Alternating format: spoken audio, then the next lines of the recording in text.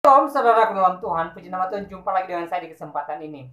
Saudara, Kiai Haji Buya Syakur mengatakan bahwa Allah membela Kristen dan Israel. Saudara dalam Tuhan, alasan beliau mengatakan hal itu sangat luar biasa dan sangat unik sekali. Nah, tanpa berlama-lama, mari terlebih dahulu melihat cuplikan videonya di video berikut ini.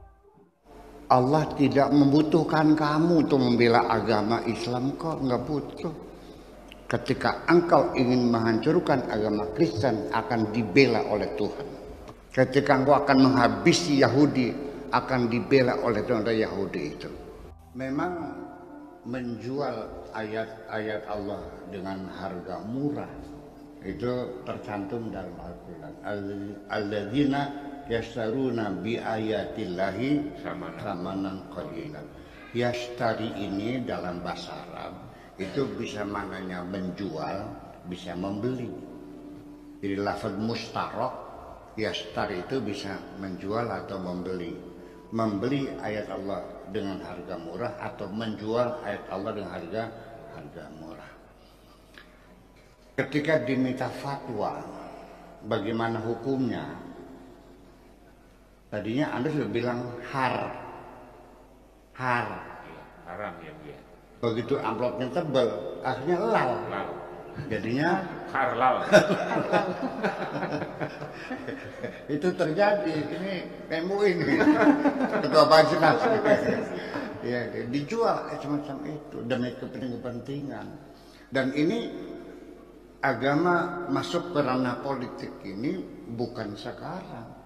Sejak Nabi Muhammad meninggal dunia pada detik pertama, persatuan umat Islam sudah pecah kongsi. Ya, terjadi pembelahan dua kelompok, Syiah dan Sunni. Ya, membela Abu Bakar dan membela Sayyidina Ali, saling bunuh-membunuh sampai Khulafaur Rasyidin matinya mengenaskan semua. Ya karena itu perebutan kekuasaan, bukan perebutan agama, perebutan kekuasaan. Ya, saya pribadi dengan tidak merendahkan bahwa kenapa saya tidak mendukung partai Islam, partai agama, iya kan? Karena saya tidak tertarik dengan simbol-simbol agama sebagai alat untuk mendapatkan kekuasaan. Kita bikin partai-partai aja. Ya seperti Gerindra, seperti Nasdem, seperti Golkar, seperti dan sebagainya kan gitu. Yang tidak ini. Adapun nanti Anda sebagai seorang agamis yang peduli agama, setelah Anda berkuasa, silakan tunjukkan kepeduliannya kepada agama, itu aja. Kemudian lagi, isunya membela agama. Dari kan masalah membela agama gitu. Iya. Semua orang membela agama, malah kadang-kadang berbicara terlalu tinggi. Siapa lagi yang membela agama Islam kalau bukan kita yang membela? Sepertinya dia itu seperti jagoan. Saya bilang, kamu itu siapa? Kamu itu bukan apa-apa. Allah tidak membutuhkan kamu untuk membela agama Islam, kok nggak butuh. Ya, tidak perlu kau bela, Allah membela sendiri. Dan yang dibela oleh Tuhan semua, bukan hanya Islam saja. Ketika engkau ingin menghancurkan agama Kristen, akan dibela oleh Tuhan. Ketika engkau akan menghancurkan agama Hindu, akan dibela oleh Tuhan Hindu itu. Ketika engkau akan menghabisi Yahudi, akan dibela oleh Tuhan Yahudi itu. Siapapun yang menghancurkan Islam akan dibela Islam oleh Allah. Ingin buktinya? Oke. Ketika Eropa menguasai ekonomi, teknologi, politik, budaya di tangan mereka semuanya. Betul nggak? Amerika, Jepang, umat Islam miskin, bodoh. Betul nggak? Betul. Supaya tidak dihancurkan oleh mereka, umat Islam diberi kekuatan oleh Allah dengan petrodolar, minyak. Yuk kita lihat.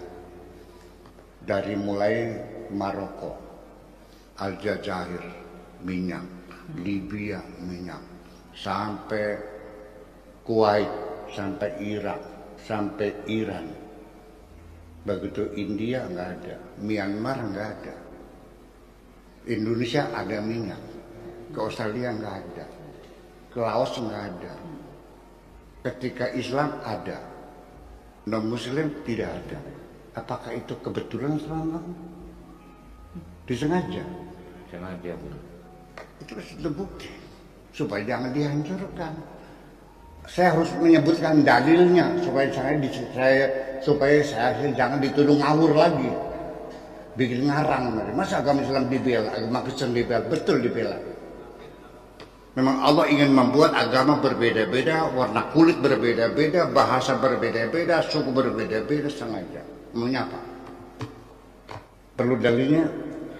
Ini dalilnya. Bismillahirrahmanirrahim. Laula daf'allahin nasa ba'dahum ala ba'din. Kalau bukan karena pembelaan Tuhan terhadap manusia, terhadap yang lainnya, lahuddimat sawami'u, pasti itu sinagog-sinagog, wa bi'un, sawami'u, kuil-kuil, wa bi'un, dan sinagog-sinagog, ya, wa salawat, dan gereja-gereja, wa masajid, dan masjid-masjid, allati yuzkaru fiha ismullah katsira, yang dimana di situ disebutkan nama Allah. Jadi gereja, sinagog, kuil, kelenteng dibela oleh Allah. Itu kata Allah, bukan kata saya. Jangan ada yang menghancurkan siapapun. Yuk kita hidup damai di dunia ini. Itu aja persoalannya. Iya. Jadi ketika engkau membela agama Islam, bukan takbir bawa pentungan mukuli orang. Buktikan ajaran Islam itu, aplikasikan, implementasikan Islam itu dalam perilakumu sehari-hari. Itu saja persoalannya. Yang baik, yang santun, yang susah ditolong, yang lapar dikasih makan, yang bodoh diajarin, kan begitu. Itu jalan menuju surga.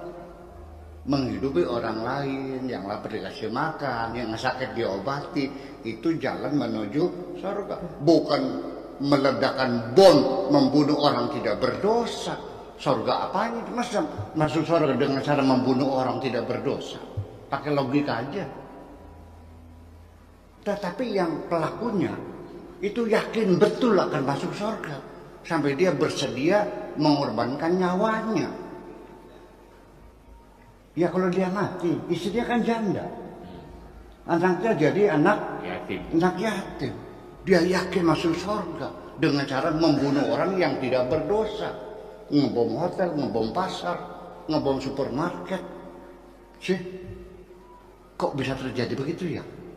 Ini yang harus kita pelajari, bahwa membela agama Allah adalah bukan menyerang orang lain, tapi implementasikan ajaranmu dengan perilakumu sehari-hari di tengah masyarakat. Terima kasih begitu. Baik, saudara Tuhan, itu cuplikan videonya. Kita sudah simak bersama apa yang disampaikan oleh Kiai Haji Buya Syakur di video tadi. Beliau mengatakan bahwa Allah membela Kristen dan juga Yahudi. Dan saudara Tuhan, semoga apa yang disampaikan oleh beliau menjadi berkat bagi kita, menjadi pelajaran penting bagi kita, menjadi pelajaran berharga bagi kita, dan memberi kita pemahaman baru tentang pertolongan Tuhan bagi Israel, bagi Yahudi, dan juga bagi Kristen. Nah, saudara dalam Tuhan, di kesempatan ini saya mau berpesan kepada kita supaya kita tetap semangat dalam Tuhan. Apapun yang kita alami hari-hari ini, mari kita tetap andalkan Tuhan, mari kita tetap serahkan hidup kita kepada Tuhan, dan kita percaya bahwa Tuhan menolong saya dan saudara. Tuhan tidak pernah meninggalkan kita. Saya tidak tahu seperti apa keadaan saudara saat ini, tapi apapun yang sedang diperhadapkan dengan saudara, saudara ingat bahwa Tuhan ada buat kita. Tuhan tidak pernah meninggalkan kita. Ya, firman Tuhan dalam Alkitab mengatakan bahwa janji Tuhan seperti fajar di pagi hari. Ya, tidak pernah terlambat. Tuhan menyatakan kuasanya bagi orang yang berserah kepadanya.